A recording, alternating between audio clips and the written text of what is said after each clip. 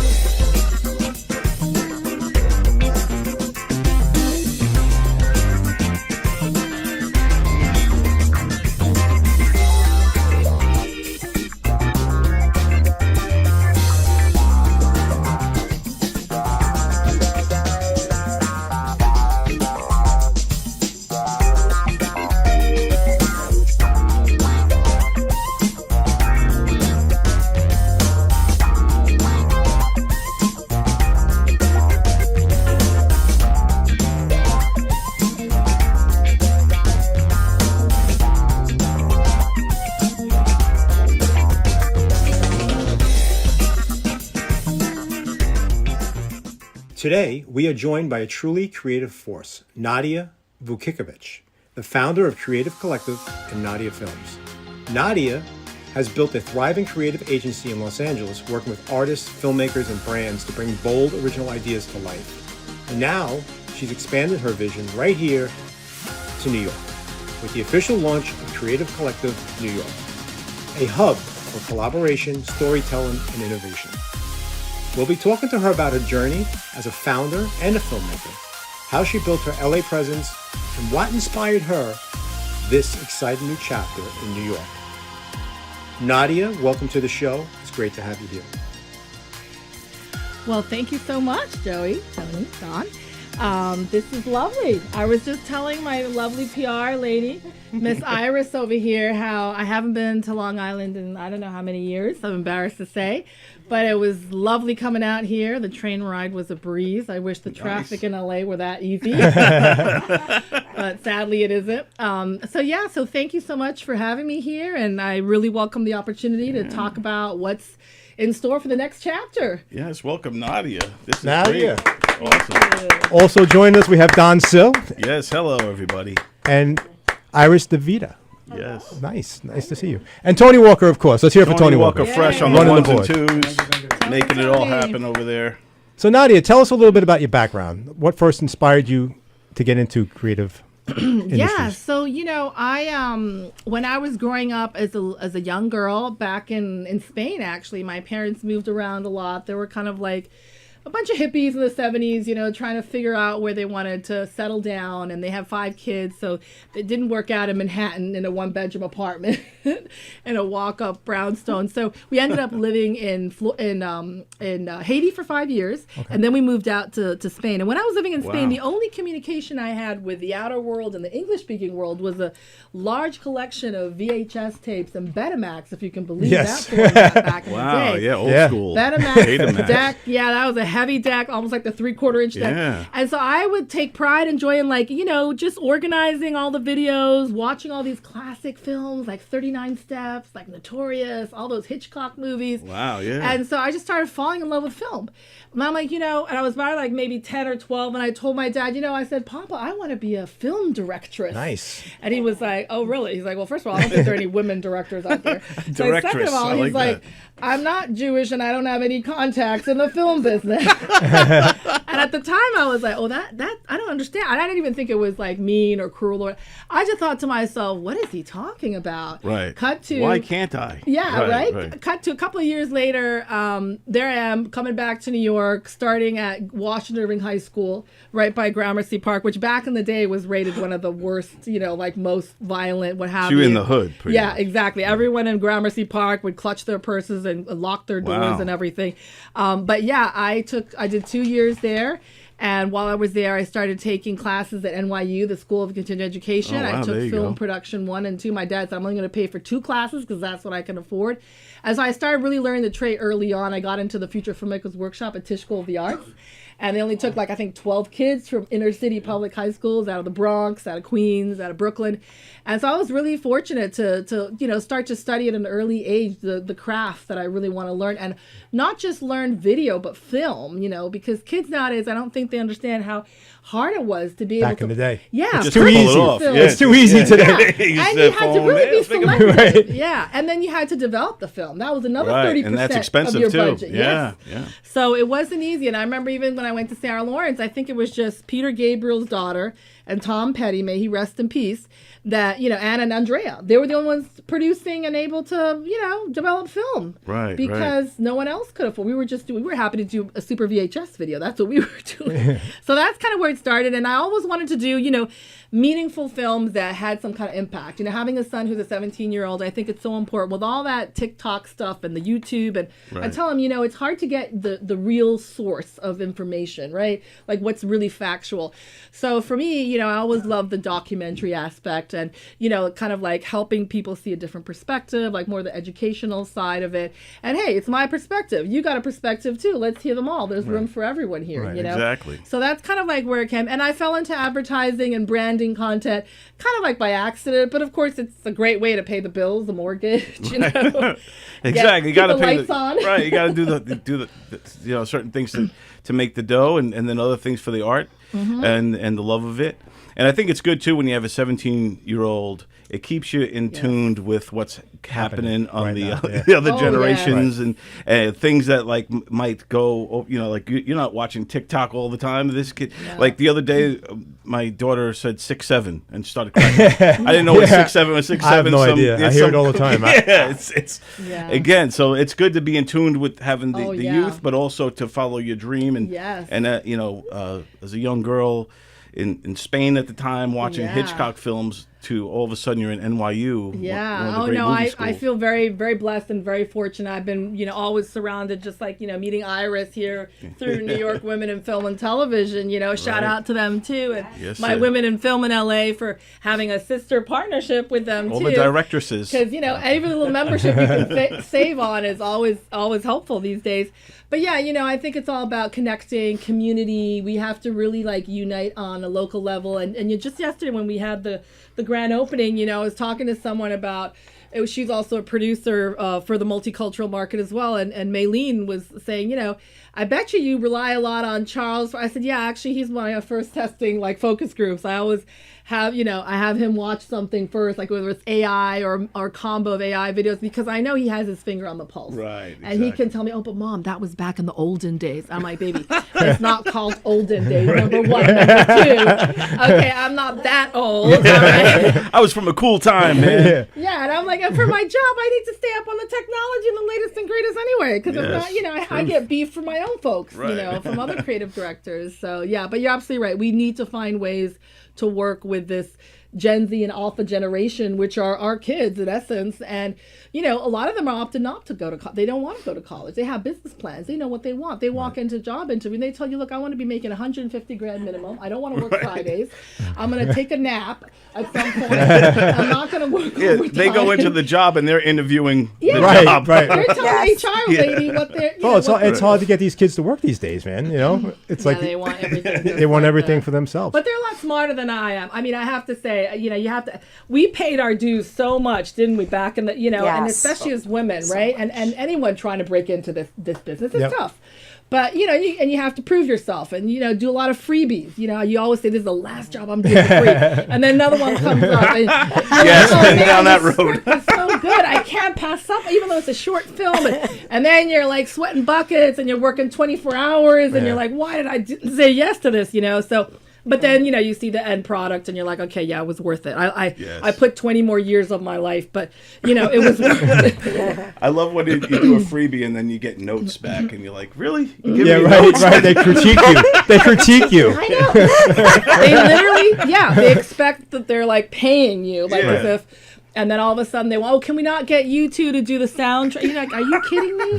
What? You're on a beer budget, all right? And you're acting like you have champagne here. Champagne wallet, yeah. Yeah, it's insane. But, it's all good. I always tell people you got to roll with the punches in this business.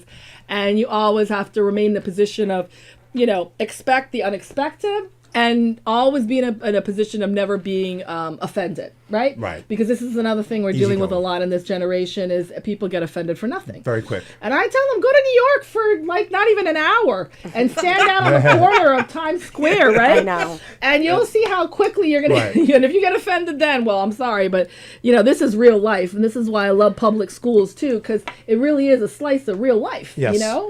That's a great test to see if anyone can get offended. Stand on the corner of a Manhattan street for like an hour, and then you pass the test. Yeah, watch all those couples fighting out in the open. And people even take a swing at each other, or avoid one, and it's just everything is out in the open, and it's just great. Look, living in LA, there's a lot of road rage, and you see a lot of accidents. Like on a day like yesterday, it was raining. Oh my Lord, most people wouldn't even go out. They wouldn't because they know there's going to be a ton of accidents. First of all, the streets are going to be as like oily, as slick as possible. Because it never rains there. Yeah, exactly. They don't ever slow down. They're still doing 120, thinking it's no problem, and then they go to break, and sure enough, they're eating like 10 cars in a domino row. That's crazy. So most people don't even dare and venture to go out. But in LA, I mean, they're just like, okay, whatever. It's not like it's a blizzard. We still got to go to work. Life still goes on, and I think that's also another thing that toughens people up too. And in LA again, they're living in these bubbles in their cars, and then the anger comes out. It's even like more shocking. Whereas in New York, it's just like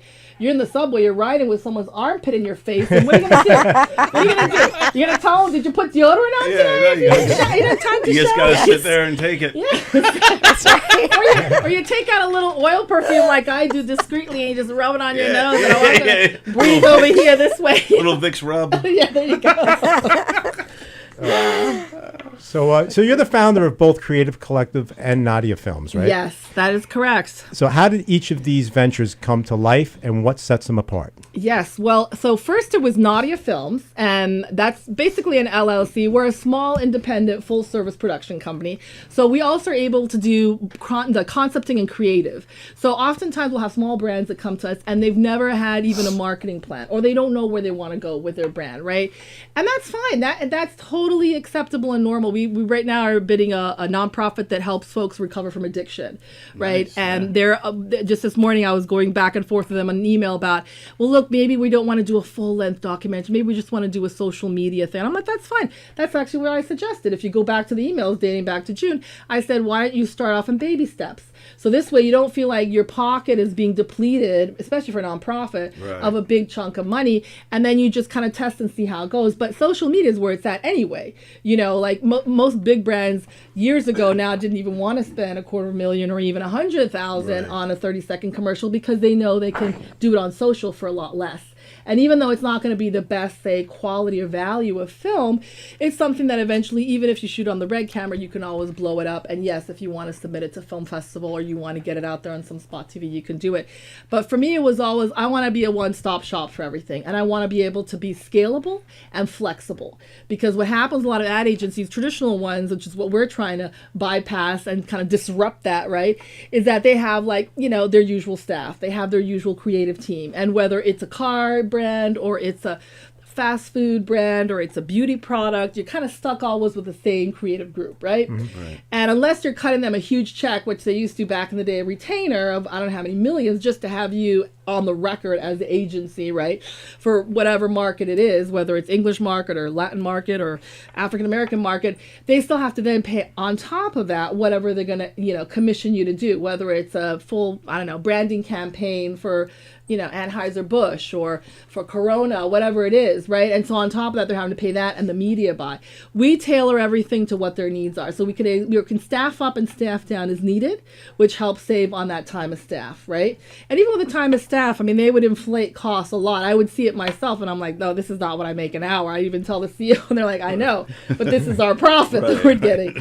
And by doing that, they end up losing clients long term because then the clients are also tightening their belts. Because you want to be able to ebb and flow with the client. Yes, there you go. So now are you seeing more bigger brands that approach you, or brands in general that approach you, wanting to push more towards social and less towards TV ads or anything like that? And it's like, hey, we just want a stripped down thing just for TikTok, and how do you adapt to that sort of thing? Yeah, no, we get a lot of those requests. And what we always try to do is tell them, okay, what is the objective? What do you ultimately see, you know, your brand or this particular, say you're doing a promotion of something happening, you know, like we did a nail art salon for two young ladies that, you know, broke out on their own and wanted to have their own nail salon, and it was all non-toxic, and one was really into like nail art, the other one was into like doing foot facials, which I think anyone who runs or walks the streets of New York or anywhere should get a foot facial every day or every week if you can. A foot facial? A foot facial, like a facial that, you know, women, men of course get as well,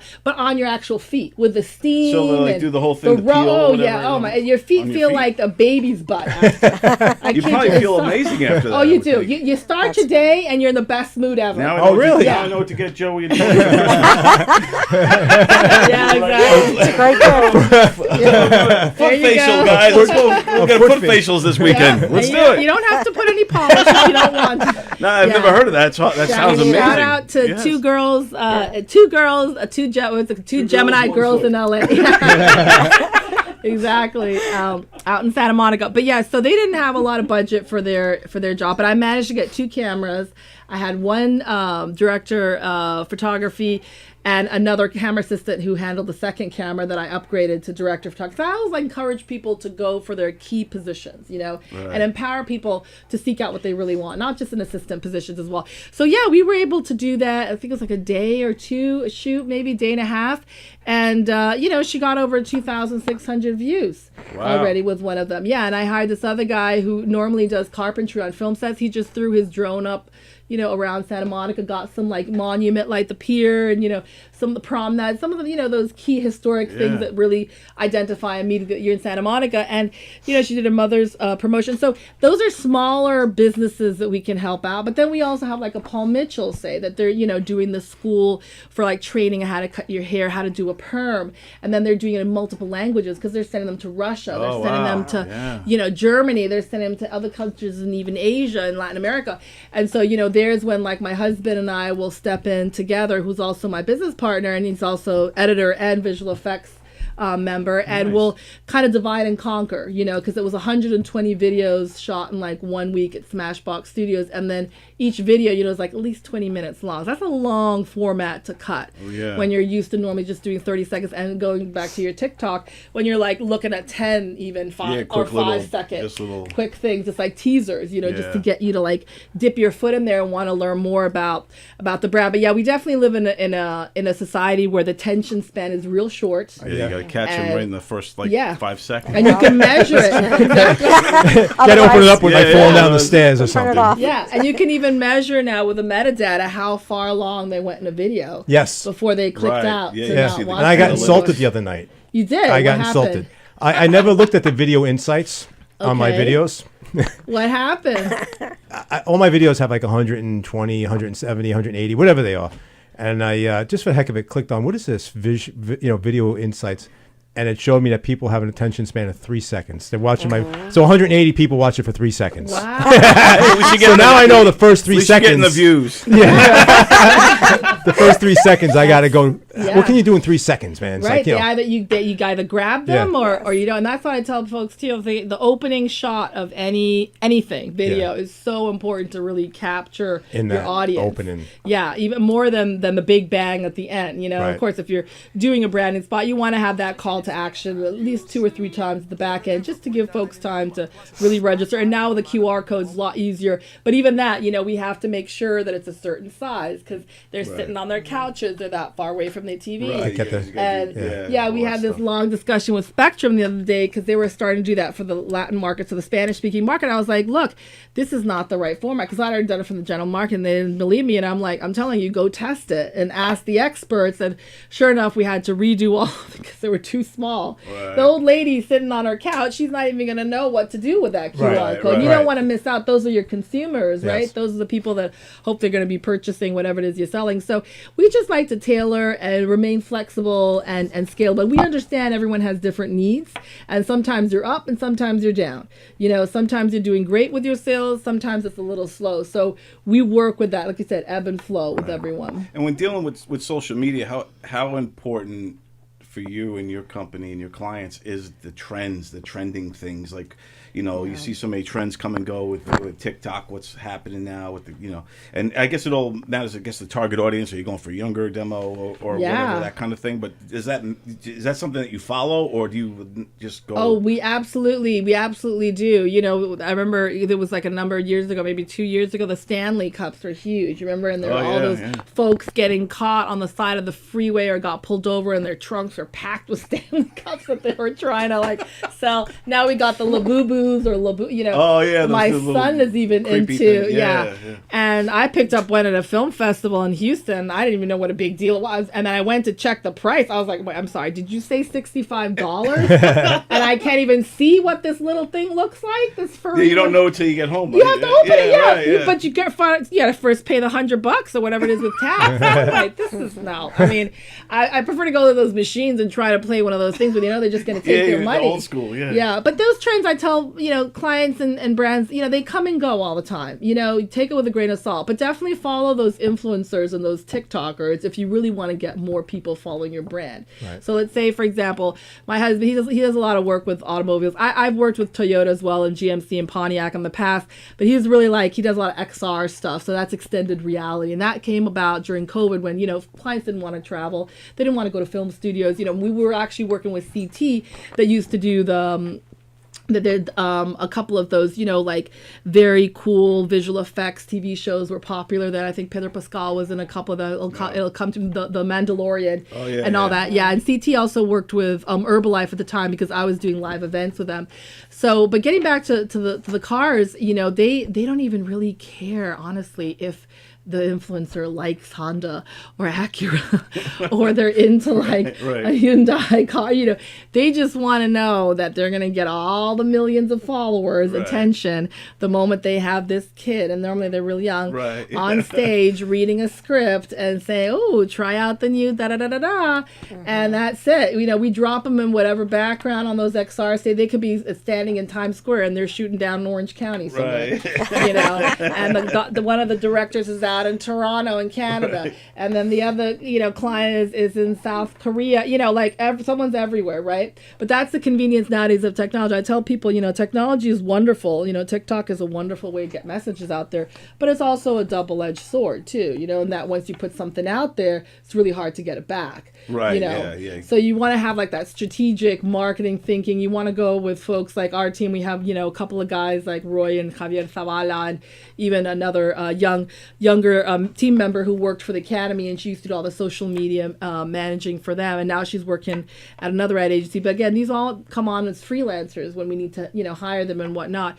And, she also knows all the trends that are happening too. And she'll put out her own videos just for her own brand too. And here she is working for multiple companies, Right. So that I think is very important. But the moment you put something out, always remember that stays out there, and it's hard to pull it down, Yeah, exactly. and to remove it.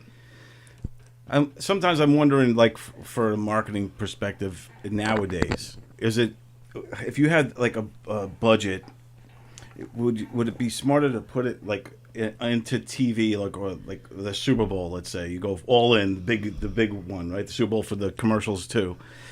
Or do you stick with social media if you had to choose between the two? Like, which one do you think ultimately is better for a brand? Well, that's a very good question. And I think at the end of the day, it's also going to depend on what your budget is, right? Because those Super Bowl ads, and that's a very good example. I'm glad you brought that up. Super Bowl ads tend to be the more costly ones.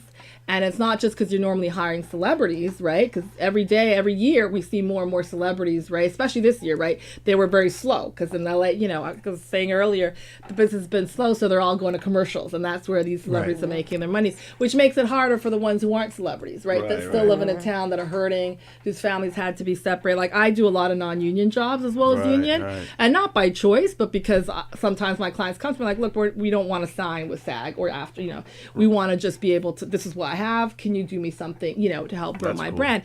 And we say, yeah, and we put everyone to work. But you know what? I honor the same rates they make as if when they were in the union, as if they were union jobs. Oh, that's cool. And at the expense of often me not getting paid as a director, or maybe just half my rate as a producer, even though I'm doing both functioning as both on set.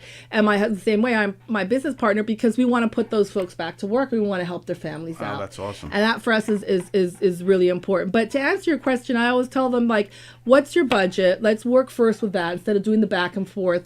And obviously social media is more accessible and it's more affordable. There's also incredible ways of measuring it. When you do spot TV now, sadly, like say with Spectrum TV or even with Roku back in the day, right? It's not as popular, but Spectrum came out with their own version of that too that didn't do too well. And I know, because I was at the time working with an agency that had to pull them and push for the mobile instead. But you have to consider what that costs and if it's really reaching the demographic, like you mentioned earlier, target audience. Because with those type of, when you already subscribe to Spectrum, they automatically are going to be sending it to all those areas where those subscribers are.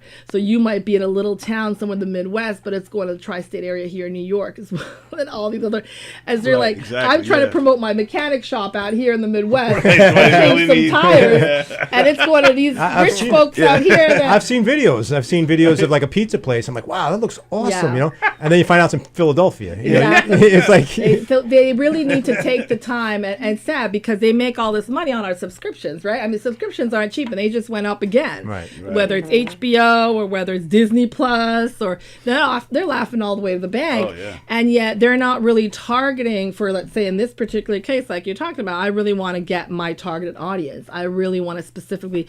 And so these are questions that I always ask, my team too. I'm like, you got to go back to those media companies that own those billboards, that own all those different, streaming services, and really challenge them to do the research and really hone in to that demographic specifically that you're looking for. Because, you don't want to, like, women are the ones that normally shop in the household. That's known. And it starts as young as in the early 20s. And in the Latin market, even earlier than that too, right?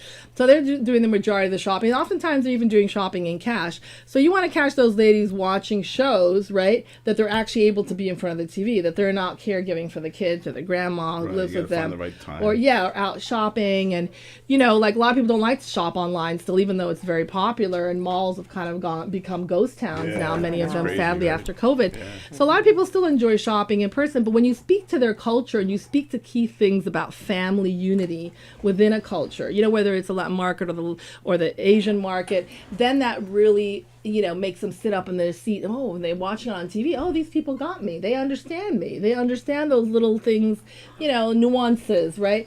And I tell people those are very valuable things. And when you hire a creative team that knows those in and outs, of how much family matters, then, you're going to get them to like think about your brand the next time they're out there shopping, or even if they're browsing online on Black Friday or Cyber Monday, So yeah, I tell people if you want to go out with a bang, sure. But the problem with the Super Bowl ads, they only run for a certain amount of time, right? Right, yeah. So if you're going to do a branding spot, like definitely take advantage of social media.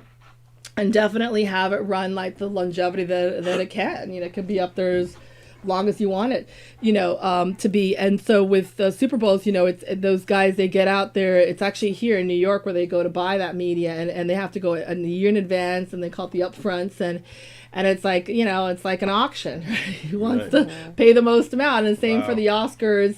Same for the Golden Globes, that they sell those media buys at huge amount. I mean, just for a 30-second or even a 15-second. So you're lucky but it's normally, you always see the same brands, right? The Mercedes. Right, the Coca-Cola. The Geico, the Coca-Cola. All the big guys. You don't see the Dollar Tree. No, right?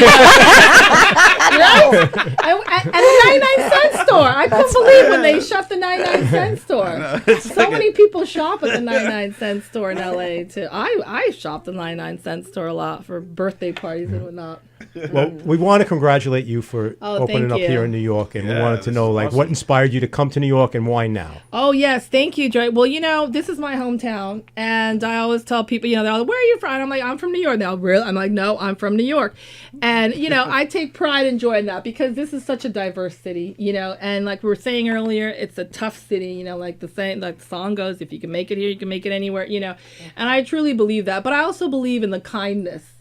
And, when people say, oh, New Yorkers aren't kind, I'm like, oh, that's bullshit. Excuse me, But I'm like, we are kind. If you stop us, even though we're busy running in the street or rushing somewhere, because we're busy, we got people to see, things to do, we will still stop and give you direction. Yeah. And I've even done it to other fellow New Yorkers having not lived for a while, and all of a sudden things change or this other place moved, and I'm like, oh, excuse me, am I getting on the right side of the whatever?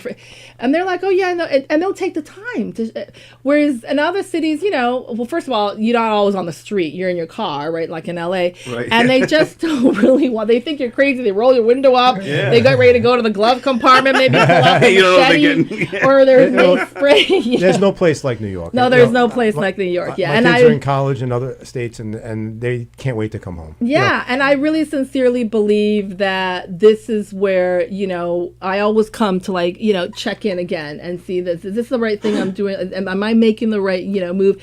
And my son also, this is his first time living in this city full time, and it's just been such a joy to see him immediately, just kind of like blend in, adapt, make so many friends just like that, and he's an only child, and he spent most of his time in the bedroom during COVID lockdown. That's tough for a young man trying to become, from the bedroom in California to New York City. Right, and going through boyhood to manhood, right? Because I always sympathize with boys because I'm like, and I'm a total boy mom in that respect. I mean, I love my girls, but, I know it's harder, it's different. But, he came in, and I'm like telling friends, like, he has more of a social life now than I do. And he's only been here for 3 months. He's going to baby, whatever, sweet 16s and birthday parties. Yeah, he did more birthday parties in 2 weekends than he did in 1 year in LA. Wow. If you can believe that. That's awesome. Yeah, it's a whole different. So I'm really happy for him. He gets the New Yorkers. He already has a couple of love interests. I'm embarrassed. He's not gonna want to go back. Anything I do. He said you're gonna be going back and forth. He's not gonna want. He's gonna be like, Mom, you just go ahead without me. And he also said, not for nothing. He said, Mom, that's literally the word he used. Not for nothing, Mom.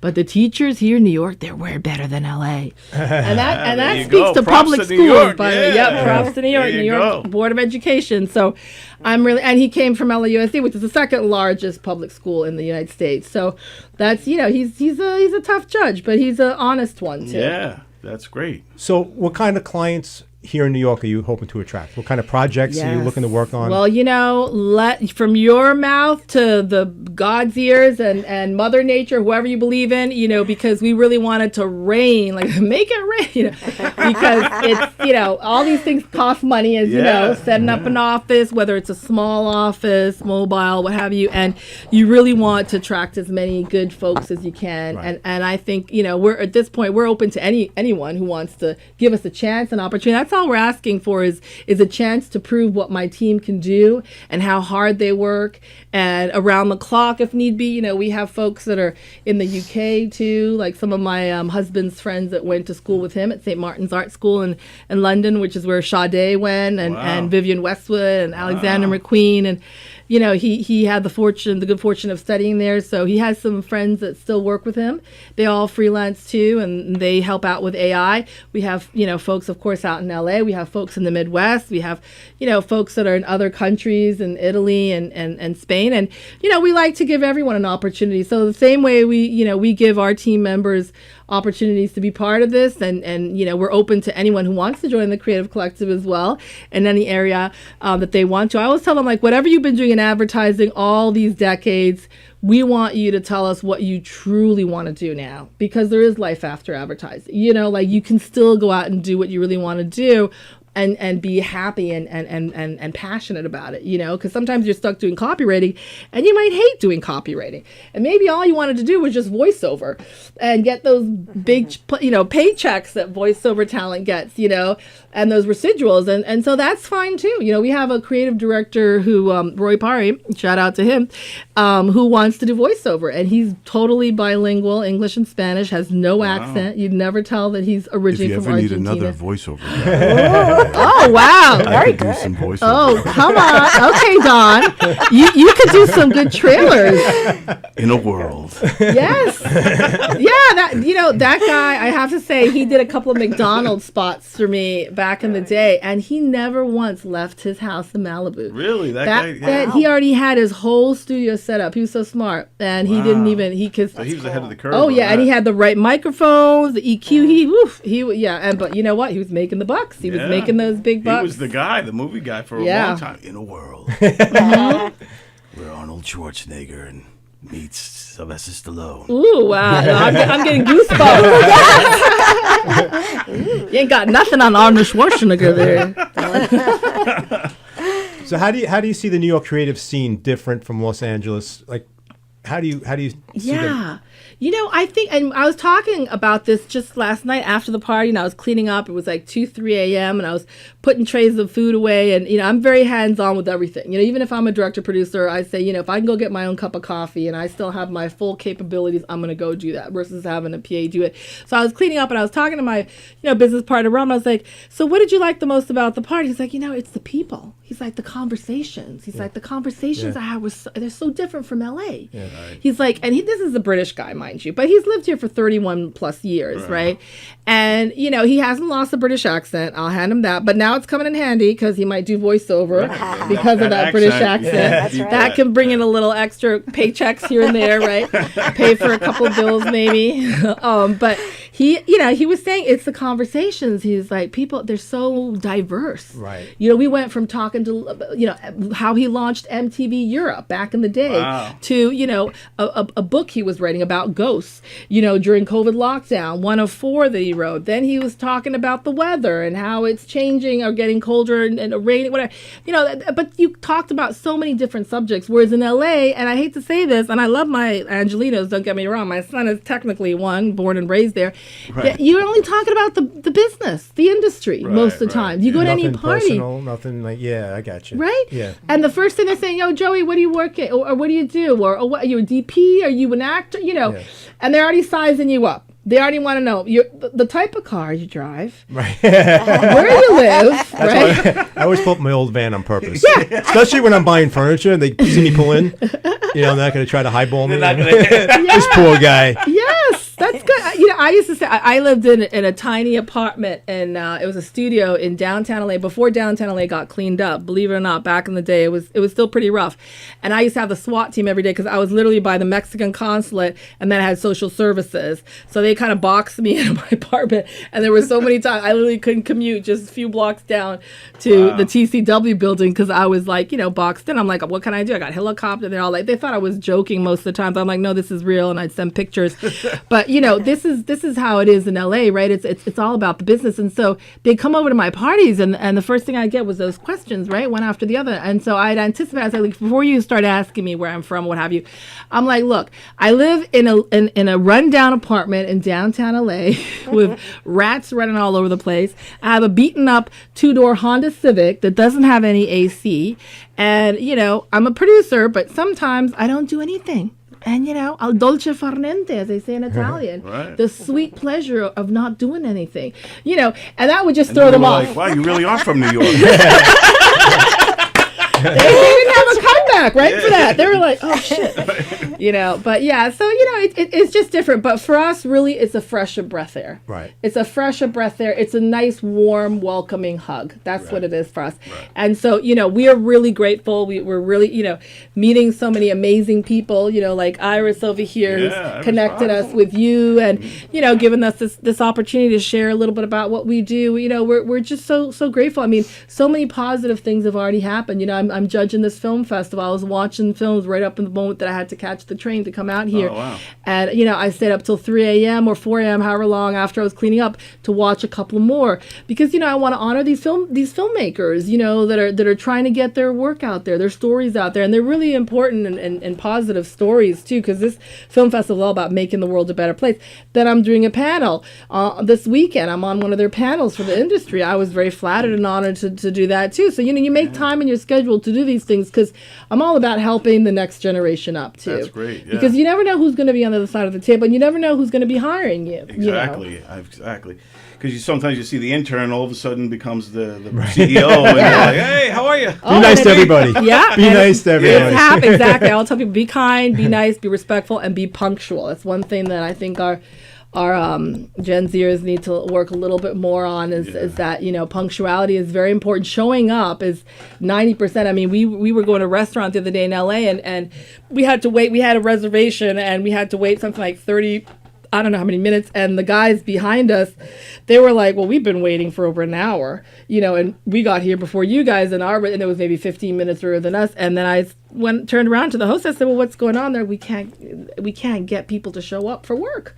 And they don't even call out. Wow. They don't even bother to call in to say, hey, my car broke down, or whatever excuse, right? Or I'm sick, or I got the flu, whatever it is. But they so then they're stuck. They're like, oh, and then they can't, they can't serve as many tables. So that's been a thing that I've been hearing a lot, and I'm talking really nice. I'm not just talking, whatever type of restaurants. Right, yeah. And and you would go out for your anniversary. You want to have a nice service, and it's unfortunate that folks are struggling who are running a business themselves. The restaurant business is not easy. Yeah, Trust me, it's I know tough. a lot of owners. Yeah. That's a slave. I literally call it a family slave business, and you never get vacations.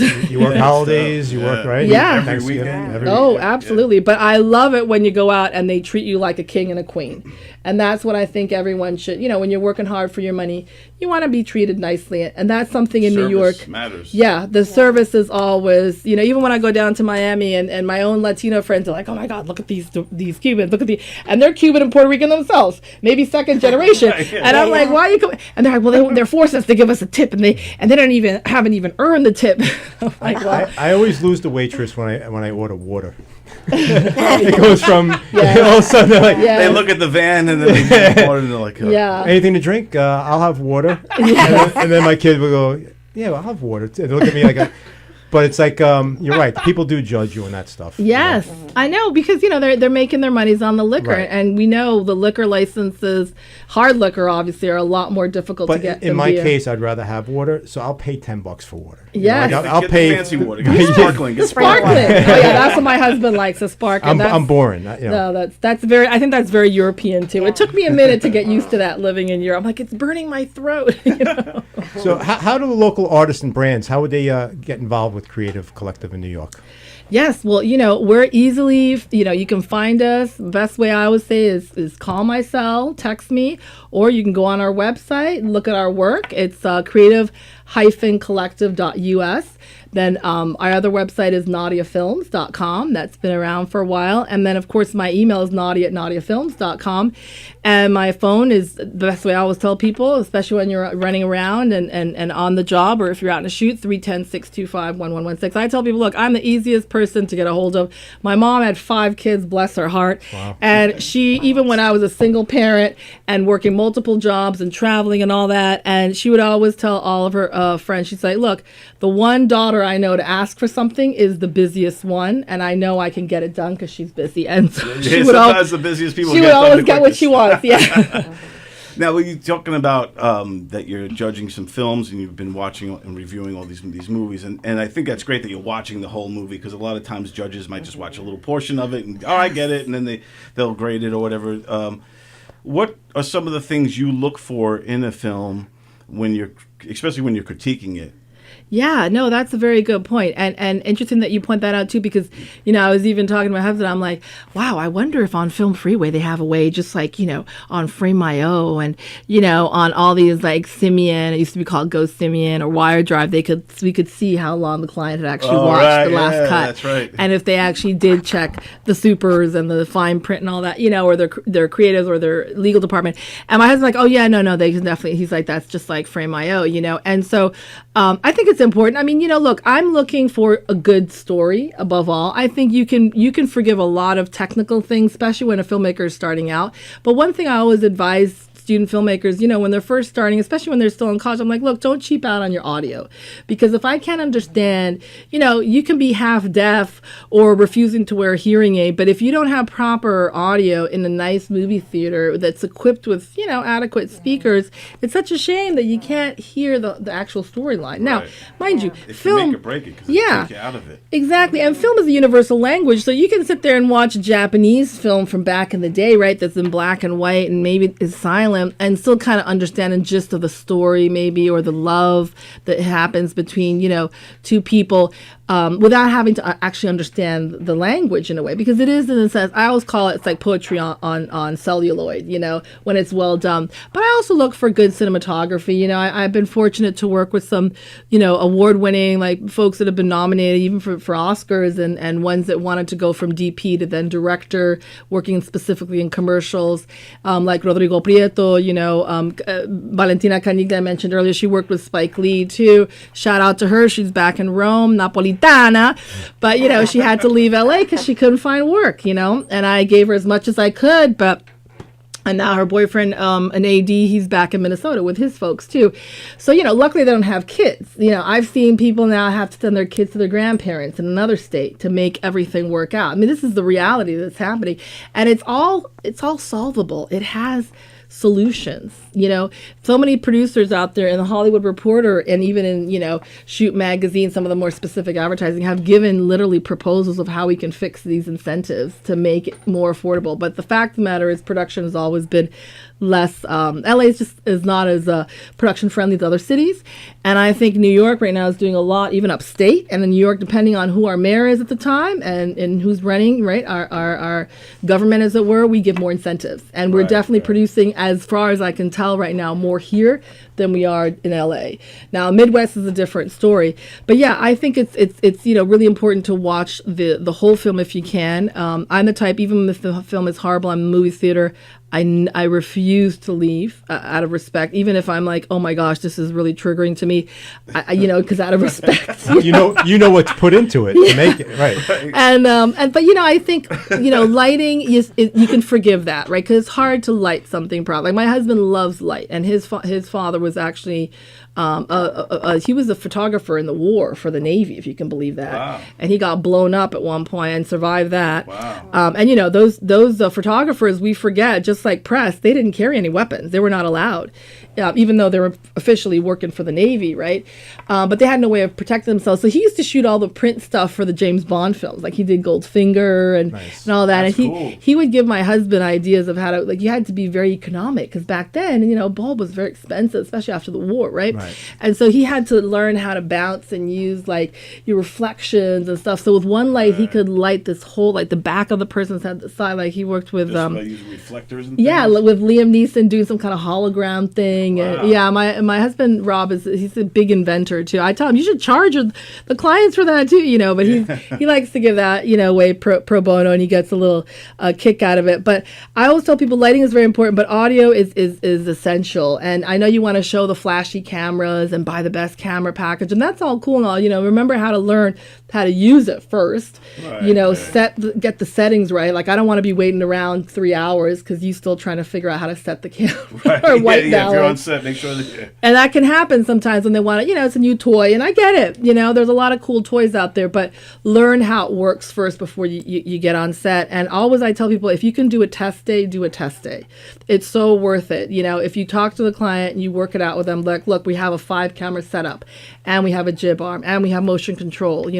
Like we really just want to test it out and make sure everything's working, everything's in sync. And if you especially have one shot to get something right, like we were doing like a hair processing thing where it was like a relaxicizer, right? And if you keep it in for more than 20 minutes, the hair falls out. So it's like one of those blow up scenes, right? You get one chance to blow up that car, better make sure you capture it. So doing those tests works, and I also tell people safety. I'm big on safety as a producer. Sadly on that Rust shoot, we lost an incredible DP, that could have been, of course, a preventable situation. But that's also why when we handle weapons on set, we have a series of checks that have to happen, right, like checks and balances, right? And at the end of the day, that's also on the AD. And that AD probably also should have been, in my opinion, and the most of the industry who follows, the protocol by the book, that's another one last check. Like Angelina Jolie has never had that happen to her, right? Because she also has been doing this for a long time. Right. She's a pilot too. She's not going to do anything. I love to fly planes myself. And we have a checklist before we get in a plane. And even if it's an old plane, but it has a relatively new motor, we still got to check everything. Right, yeah. Because someone could have left their pen up there checking the flaps by mistake. Right. Someone could have dropped some water in there in your gasoline, your fuel tank, and then now you're all, you're like literally choking up on the takeoff, right? And that's always the most critical part of flying, right, on the takeoff and landing. So, again, I tell people, learn your craft real well. Learn diverse other areas, like not just one department, every department.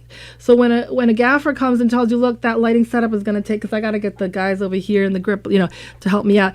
So you understand, it does in fact take 3 hours or an hour and a half, or I could do it in 30 minutes, and I could even show them how to do it because I know how to set up a C-stand, I know how to, bounce, whatever. Right. So I tell people, learn everything, learn even catering and crafty and how they have to carry, all the stuff from first aid and, all the other, sunblock and stuff that people forget that they're beyond the food. It's important to know your way around the set, especially if you are if you're aspiring to be a director or a producer, yes, you should understand how it. And you gain more respect that way too. We're talking earlier. You said, Joey, about generations. They want everything and without really having to do much, and it is true. But I always encourage them, be humble and learn nothing should be beneath you. Nothing. When I first started out, I was location interns. We shot in 21 locations in New Jersey.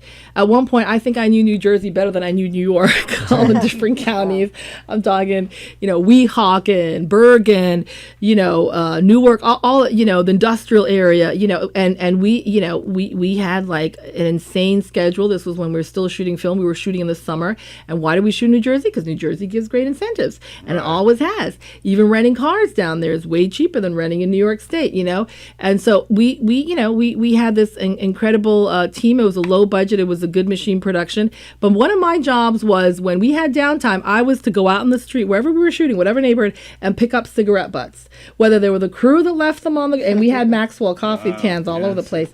And they had you busy all the time because they never wanted to see you standing still. And now you go on film sets and you have people just like look on their phone. Yeah, on their phone. Thank you. On their phones too, or if they forget to file and stuff. And I would also have to do unclogging of toilets at the top of the day. You really paid your dues. Yeah, everyone had their burritos and their breakfast because you didn't want to have the lady owner of the house complain that, oh my God, my toilet's clogged. Right. There is something to leaving it better than when you found it. Yes, and that's thank you. Like with the cigarette butt thing. So if they come back and it's cleaner than when before you got there. I think Yeah. that says a lot about the production. People remember that stuff. Oh yeah, and as a smoker, a former smoker myself, you remember that because you're thinking, oh, I'm not throwing this cigarette butt anywhere. I'm literally gonna put it out nice and perfectly so it doesn't catch fire in that trash can that I'm about to throw it in.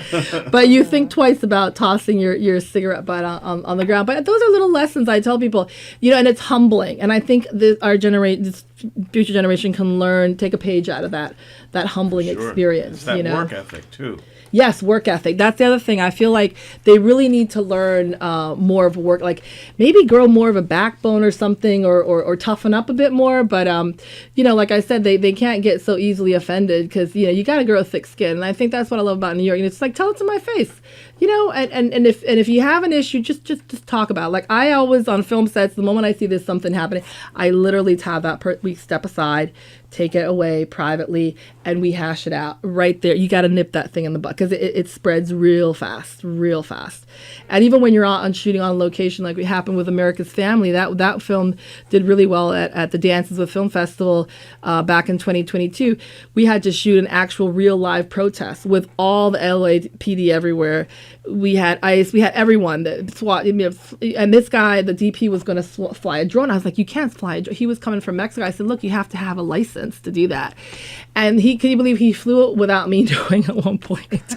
He was so quick. Guerrilla style. Yeah, exactly, guerrilla style. And I'm like, do you know how many and he's like, oh, they don't even realize that we're shooting a movie. They all think that these people that we got up on the stage are actual actors. They're just activists talking, rallying up the crowd. And it was true at one point. They thought that. But, it's one of those things where, you just, you want to play it safe, but you always want to have safety first, and make sure, your client is also protected, right? Because we have to also be that barrier for them too. Last thing we want is them getting sued, God forbid. So that's why I always say we're big on contracts. We're big on sorting through their legal. And if it takes 2 weeks to get through legal, well, then we just got to work that in the timetable.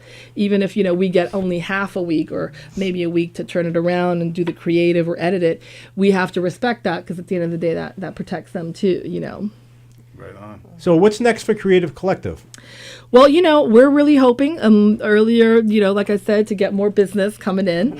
And, we really hope that this documentary happens with this nonprofit that helps folks recover from addiction. And, my business partner, Rob, also has some things, hopefully on the slate back in LA with a client in Orange County where he does a lot of, XR work as well and has been doing a lot of AI work as well now. In fact, I was telling him this morning, you should submit to the Telly Awards because I just got an email saying the deadline's December 12th. And he's like, yeah, but the price is like $250. So I was like, look, do that voiceover job that you saw. And that pays for the. He's like, but they're going to utilize my voice forever and ever and ever. And I was like, you know what? You can do a variation of it later, okay? But it's 2,000 something, and it's worth it because there you can, But they now accept AI generative, or it's called generative AI category, so you can submit AI videos. And I think he, if I may say so, not to toot his own horn, but he does them pretty tastefully, and he's very particular about, how he does them, and sometimes you have to generate it multiple times before it does what you want. But I always tell people, don't be afraid of AI. Just use it to make you look better and to enhance what you want. And if you're talent, then get in there and negotiate. If you want 20 million, 50, ask. What's the worst that can happen? They say no. That's the thing with the industry. It's always, technology is always evolving. Yes. And a lot of people are afraid of AI, or they think it's going to steal jobs or this or that. But I think you have to embrace it because there's no choice, really. Oh, yeah. Embrace it because, and hopefully utilize it as a tool to help you create and be creative still. And ironically, without even knowing it, AI's been in existence. I was talking to someone who had a PhD from MIT the other day, Dylan. He was actually at the party last night. He's lectured at Harvard, I think, as well, and he dated some girls at Sarah Lawrence and managed to play a piano at Marshall. That's a super old. I was like, I didn't didn't even get to play the piano when I was Sarah Lawrence there at Marshall Field, but he was telling me how he's like, AI's been around since the 80s, 70s, even before then. He's like, in Asia, it was back there happening in the 50s. And I was like, gosh, she's absolutely right. Like my husband would say, I was out dabbling it 10 years ago already. Cause he's a little bit of a geek and nerd. And that's kind of, I have to say, attractive to me in that respect. Cause I'm more the humanities and the literature and the poetry and the art and all that, film. Right. Cinema Paradiso, is one of my favorite, Giuseppe Tornatore, but he was more of like the wired for math and science. And he was like telling me, look, I've been dabbling it for 10 years. And then Dylan tells me, it's been around. And it's true. If you look at what things that we were doing back then, even with computers. Even like those old chess games. Yeah. Back in the day in the Commodore 64, I guess that was a form of AI. Yep. Right? There you go. Yeah. So without even knowing it, we had it there. And it's just, they're making it, better. But I think we were always, as a company, champion hiring real people, first of all. And when we only utilize AI for illustrative purposes, like when we're doing an actual pitch, and before you do an animatic used to cost upwards of 30 to 60,000, just to, produce the animatic. I used to use Cap TV in New York. They no longer don't exist anymore.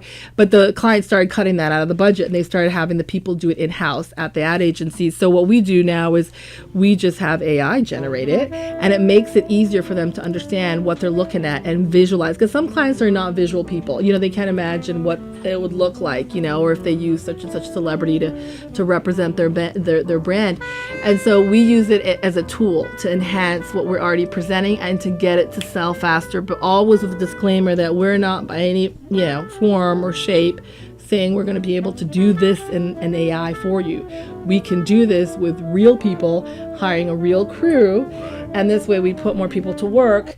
But if you want to do a scene where you have someone jumping out of a plane and he doesn't feel comfortable, or he broke his leg the other day skiing or what have you, sure, no problem. We'll just do that one in AI and turn him around the other way. We see his gorgeous butt instead, coming off the whatever it is, right? Or if a woman is pregnant and she has to jump out of a helicopter, right? If it's an Ana de Armas, right, who's dating Tom Cruise now, and she's, all of a sudden found herself knocked up and doesn't want to do a specific scene. Hey, that's cool. Don't worry. We got you. we got AI. Yeah, there you go. And in the end, when you cut it all together, it's only a few seconds. Right. Then you go back to her gorgeous face and you see her, and that's her. That's really her, So I tell people, just use it. Make a hybrid thing, you got to be able to adapt easily, nowadays, I find, Yeah, I totally agree. So what does success mean to you at this stage of your career? And where do you see yourself going globally, like, in the future? Yeah, that's so sweet. Well, I always tell people success means different things, right, to everyone. And we're all unique, amazing human beings, right, created in our own amazing, unique way. And for me, I always look at, success like, and I can be total type A and very, very demanding on myself. But I also feel like that's way I was raised, like my parents having 5 kids, my mom, being a strong Asian Filipina lady. She always wanted the best for us. She always would say, don't bring anything less than an A home, or if not, here's the la chancleta, the slipper, the whatever she could get her hand on, Yeah, my family, they believed in corporal punishment, but we had military on both sides. My grandmother's Filipino, so I know. Oh, whoops. So I was terrified of bringing back a B+. But, now as I've gotten older, I find myself trying to be more like my best friend will tell me, Charles's unofficial godmother, Laura Harper, and she's a set decorator. So shout out to her. She does a lot for all mankind. And she was just this whole year in Atlanta, Georgia, because she couldn't get work in LA too. So she just finally went back to LA for hopefully for Thanksgiving. But it's those things that you measure things like she helped me raise my son, and so for me, I'll eternally be grateful for her. The times that I had to leave town and I was torn and I was still maybe even breastfeeding, she'd take him and she'd raise. And this is the village that I'm talking about, right, Yeah.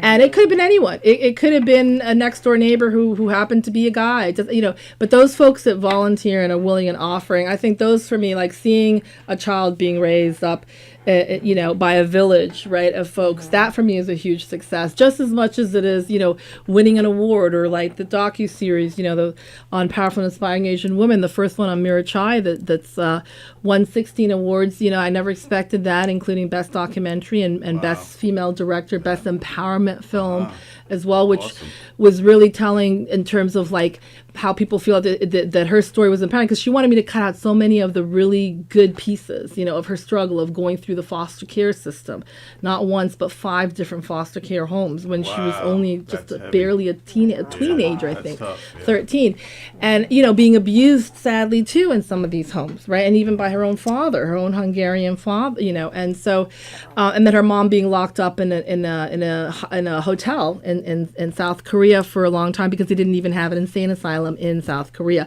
So those things, I tell her, those are going to help empower or inspire other filmmakers, not just women filmmakers, but anyone from any walk of life. And so, when you're able to put those stories out, and it's not even about like the British cinematographer journalist I spoke to a couple of months back, he was like, yeah, it's interesting the way you interview in your documentaries, you don't want to have any part of it. You're like totally like invisible. And I'm like, yeah, because it's about them and it's about celebrating the person that you're honoring and you're trying to document, right? Because you never know how long these folks are going to live too, right? She's like 68, 69.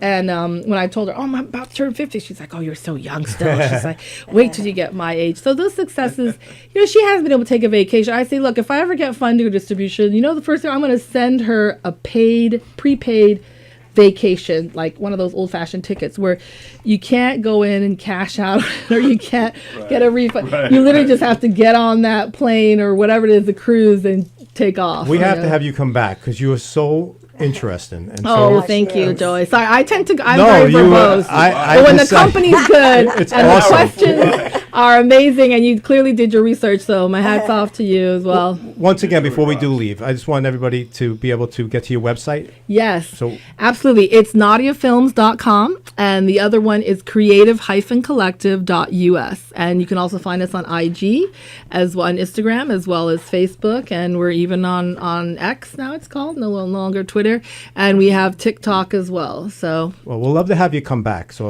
we'll open invitation to you. oh, thank you, Joy. I appreciate it. This has been lovely. I really do appreciate all the time, and thank you, Iris, for connecting us as well. Iris DeVita, nice, and Don Sill, Yes. good friend of mine, and Tony Walker. You can't forget Tony Tony Walker. Walker. Thank you, Tony. Thank you, Tom. Thank you so much. Yes, thank you. Great time. Have a lovely evening. That was fast, right? Yes. Flew.